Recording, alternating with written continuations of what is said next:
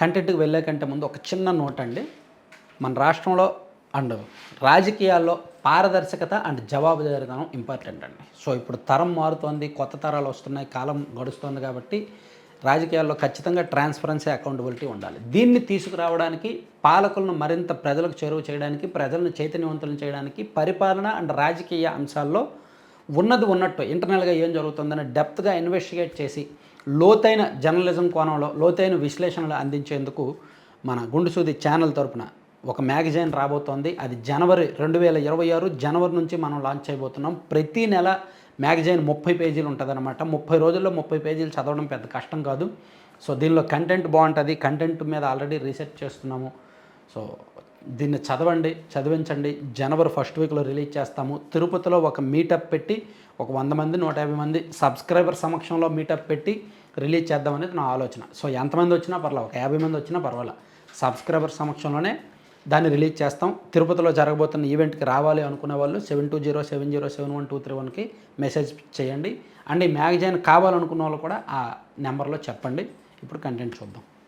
మన రాష్ట్రంలో రాజకీయంగా అండ్ పరిపాలనా పరంగా కూడా పవన్ కళ్యాణ్ గారు, లోకేష్ గారు వీళ్ళిద్దరూ భవిష్యత్ ఆశాకిరణాలు.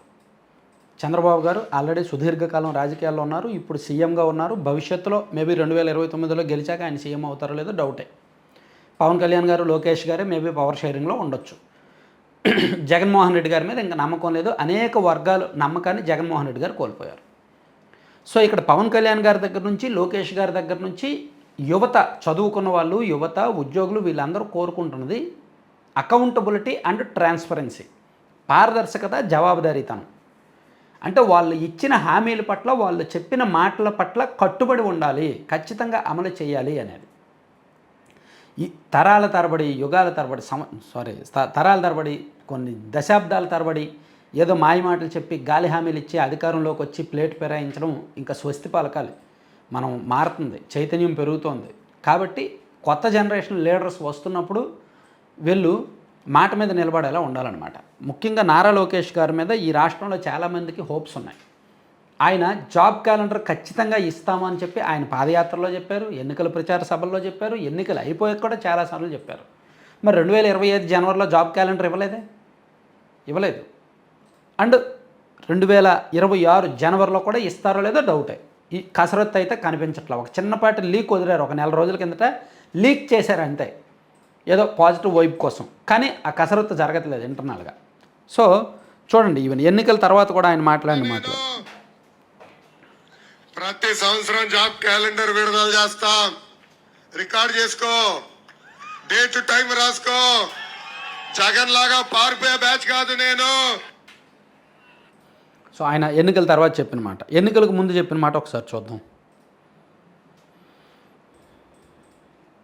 చేశారు కదా, అందులో మీ ఫేవరెట్ పథకం ఏది?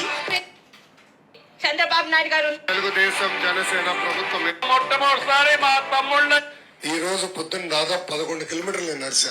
ఎంతమంది పిల్లల్ని మనం కలిసామో అందరు గోల. డిఎస్సి లేదు, ప్రభుత్వ ఉద్యోగాలు లేవు, ఇది చాలా అన్యాయం జరుగుతుందని చెప్పారు. అందుకే నేను చెప్పా, రేపు మన ప్రభుత్వ అధికారులకు వచ్చిన వెంటనే ప్రతి సంవత్సరం జాబ్ క్యాలెండర్ ఇస్తాం. గ్రూప్ 1, గ్రూప్ 2, గ్రూప్ 3 నోటిఫికేషన్స్ ఒక పద్ధతి ప్రకారం విడుదల చేస్తాం. 5 సంవత్సరాల్లో పెండింగ్ పోస్టులని భర్తీ చేస్తాం. ఈ గ్రాడ్యుయేట్ గెలుపు యువతది. గవర్నమెంట్. సో ఇక్కడ అంటే నారా లోకేష్ గారు ఒకసారి కాదు, 2 సార్లు కాదు, కొన్ని 10 సార్లు చెప్పారు జాబ్ క్యాలెండర్ ప్రతి సంవత్సరం ఇస్తామని. 2024 మేలో మన ప్రభుత్వం వస్తుంది, 2025 జనవరిలో జాబ్ క్యాలెండర్ ఇస్తామని కూడా ఒక సందర్భంలో చెప్పారు. 2025 జనవరిలో రాలేదు, 2026 జనవరిలో రావట్లేదు.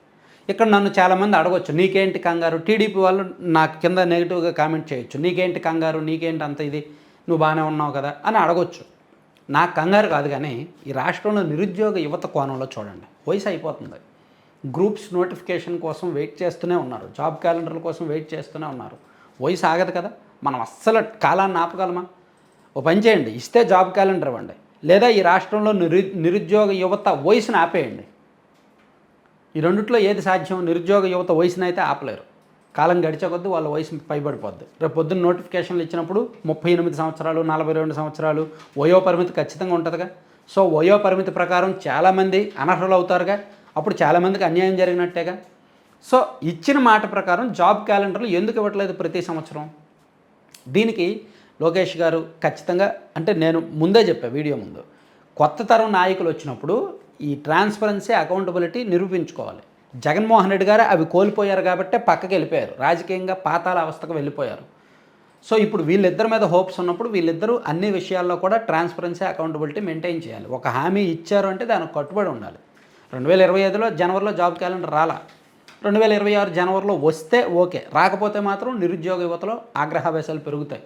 ఏదో మేము పెట్టుబడులు వచ్చేస్తున్నాయి, 20 లక్షల కోట్లు పెట్టుబడులు వచ్చాయి, సో 15 లక్షల ఉద్యోగాలు ఇచ్చేస్తాం, 20 లక్షల ఉద్యోగాలు ఇచ్చేస్తామని ఆన్ పేపర్ చూపిస్తే ఎన్నాళ్ళు నమ్ముతారు జనం? నమ్ముతారు. ఫక్తు టీడీపీ వాళ్ళు నమ్ముతారేమో, కానీ సాధారణ వర్గాలు, చదువుకున్న యువత, నిరుద్యోగ యువత నమ్మరు. ఆన్ పేపర్ వచ్చాయి, గ్రౌండింగ్ అయ్యేసరికి 2-3 ఏళ్ళు పట్టొచ్చు, అప్పటి వరకు వెయిట్ చేయాలి వీళ్ళు ప్రైవేట్ జాబుల కోసం. కానీ జాబ్ క్యాలెండర్లు ఇవ్వడానికి ఏమి ఇబ్బంది? సో ఖచ్చితంగా ఎన్ని ఖాళీలు ఉంటే అన్ని భర్తీలు చేస్తే బెటరు. ఎందుకంటే రాష్ట్రంలో నిరుద్యోగ యువతలో అసహనం పెరుగుతోంది, అసంతృప్తి పెరుగుతోంది, ప్రభుత్వం పట్ల వ్యతిరేకత పెరుగుతోంది. అది ప్రభుత్వానికి ఎదురు దెబ్బగా మారే అవకాశాలు అయితే ఉన్నాయన్నమాట. Thank you.